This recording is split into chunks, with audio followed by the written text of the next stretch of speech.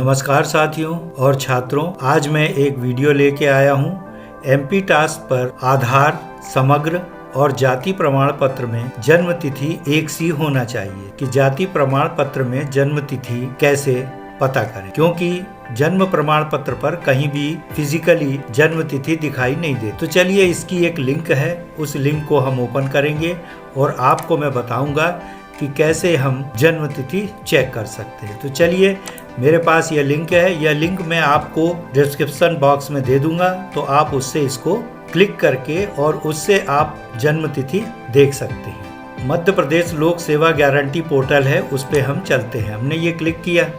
Click करने के पश्चात आप देखेंगे कि उसका होम पेज कुछ इस प्रकार से दिखाई देता है। पोर्टल पर क्या क्या नया है ये है, तो इसको हम हटा देंगे। और हटाने के बाद में आप यहाँ पर देखेंगे कि राइट साइड में यहाँ पे 4-5 आपको ऑप्शंस दिखाई दे रहे हैं। तो यहाँ पर आवेदन की स्थिति जाने में हमें क्लिक करना है।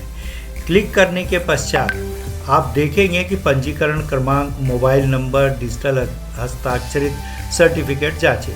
तो चूंकि हमें जन्म तिथि देखना है, तो हम पंजीकरण में क्या होता है कि जन्म तिथि वगैरह सारी जानकारी उपलब्ध रहती है। तो हम इसमें आएंगे, तो हम यहाँ पर डिजिटल जाति प्रमाण पत्र का क्रमांक लिखेंगे। इसके पश्चात हम यहाँ कैप्चा डालेंगे और फिर यहाँ खोजे में क्लिक करेंगे। ये देखिए, हमारे पास में इस प्रकार से जानकारी यहाँ पर उपलब्ध हो गई।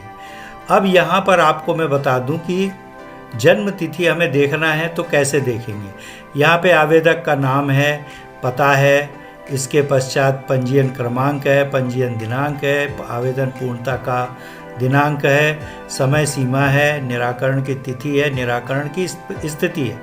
यहाँ प्रमाण पत्र के बारे में ये जानकारी दी गई है। परंतु दस्तावेजों में हमें देखना है, तो हमें यहाँ पे दस्तावेज प्रमाण पत्र वितरण में ये रजिस्ट्रेशन फॉर्म है। रजिस्ट्रेशन फॉर्म में ही आवेदक की संपूर्ण जानकारी रहती है, जिसमें जन्म तिथि भी रहती है। तो हम यहाँ पर रजिस्ट्रेशन फॉर्म पर क्लिक करेंगे। क्लिक करने के पश्चात आप देखेंगे कि यहाँ पे सारी जानकारी आ गई। आवेदक का नाम आ गया, पिता का नाम आ गया, मोहल्ला आ गया और फिर किस राजस्व अधिकारी द्वारा यह प्रमाण पत्र जारी किया गया है वो आया। फिर यहाँ पर नीचे आप देखेंगे आवेदक का नाम, पिता का नाम, आवेदक का पता। फिर इसके पश्चात पुत्री का विवरण यहाँ पे दिया हुआ है। पुत्री शिवानी सिंह गौड़ है, दशरथ सिंह गौड़ है, श्रीमती अनीता बाई उसकी माता का नाम है। फिर अंग्रेजी में है, फिर जाति है, फिर जाति का क्रमांक और जाति है। जन्म तिथि देखिए यहाँ पर लिखा हुआ है। तो ये हमारे पास में 22/7/2005 यहाँ पे लिखा है। हम अपने स्कूल रिकॉर्ड से इसे मिला लेंगे।